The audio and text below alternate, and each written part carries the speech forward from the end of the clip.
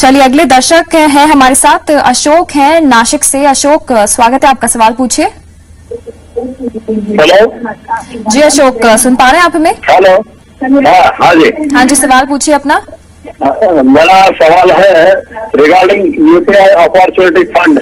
Ji. I invested in September 2012 growth option.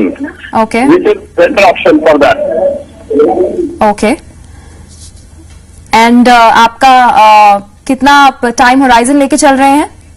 It is about 5 years. Yeah.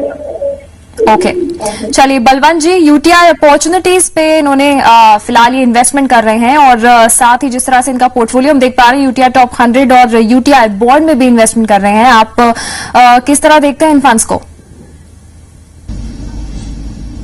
देखिए चारों, मेरे पास जो डिटेल अवेलेबल है अशोक जी की, इसके हिसाब से उनको पेंशन आ रही है। तो पेंशन आ रही है तो मेरे को लगता है उनको डे टू डे एक्सपेंसेस के लिए पैसे की जरूरत नहीं है, तो वो डिविडेंड ऑप्शन लेने की जरूरत नहीं है, वो ग्रोथ ऑप्शन चूज कर सकते हैं। और इसके अलावा मैं बाकी व्यूअर्स के लिए भी बताऊंगा कि इक्विटी जो स्कीम्स है उसमें तो डिविडेंड डिस्ट्रीब्यूशन टैक्स नहीं लगता है, परंतु जैसे जो डेट स्कीम है या लिक्विड फंड वगैरह है डिविडेंड डिस्ट्रीब्यूशन टैक्स लगता है 25%।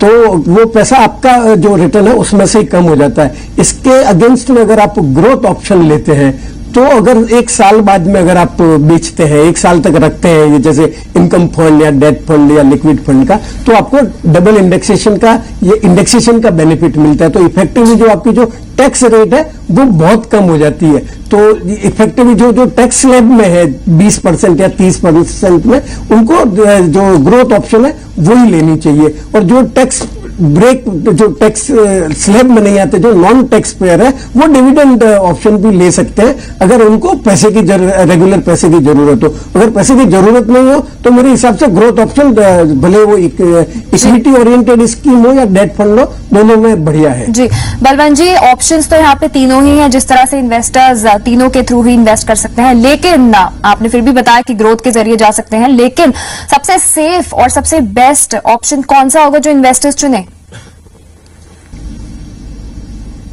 बताया ना चारों, मैंने जैसे जो ग्रोथ का ऑप्शन है वो सबसे बढ़िया है। जैसे जहां तक सवाल इक्विटी स्कीम्स का है, तो इक्विटी स्कीम में तो डिविडेंड डिस्ट्रीब्यूशन टैक्स नहीं आता है, परंतु जो इनकम फंड वगैरह है, अगर आपने डिविडेंड वाला ऑप्शन ले लिया है तो जो आपको जितना डिविडेंड कंपनी पे कर रही है उस पर 25% उनको डिविडेंड डिस्ट्रीब्यूशन टैक्स पेमेंट करना पड़ता है। और हो सकता है अगर आपने ग्रोथ ऑप्शन लिया और आपको इंडेक्सेशन का बेनिफिट वगैरह मिल गया, अगर आपको 1 साल तक रखते हैं और 1 साल के बाद में बेचते हैं, तो आपकी जो टैक्स लायबिलिटी है इंडेक्सेशन के बाद में मेरे को लगता है 2-4-5% से भी ज्यादा नहीं आनी चाहिए।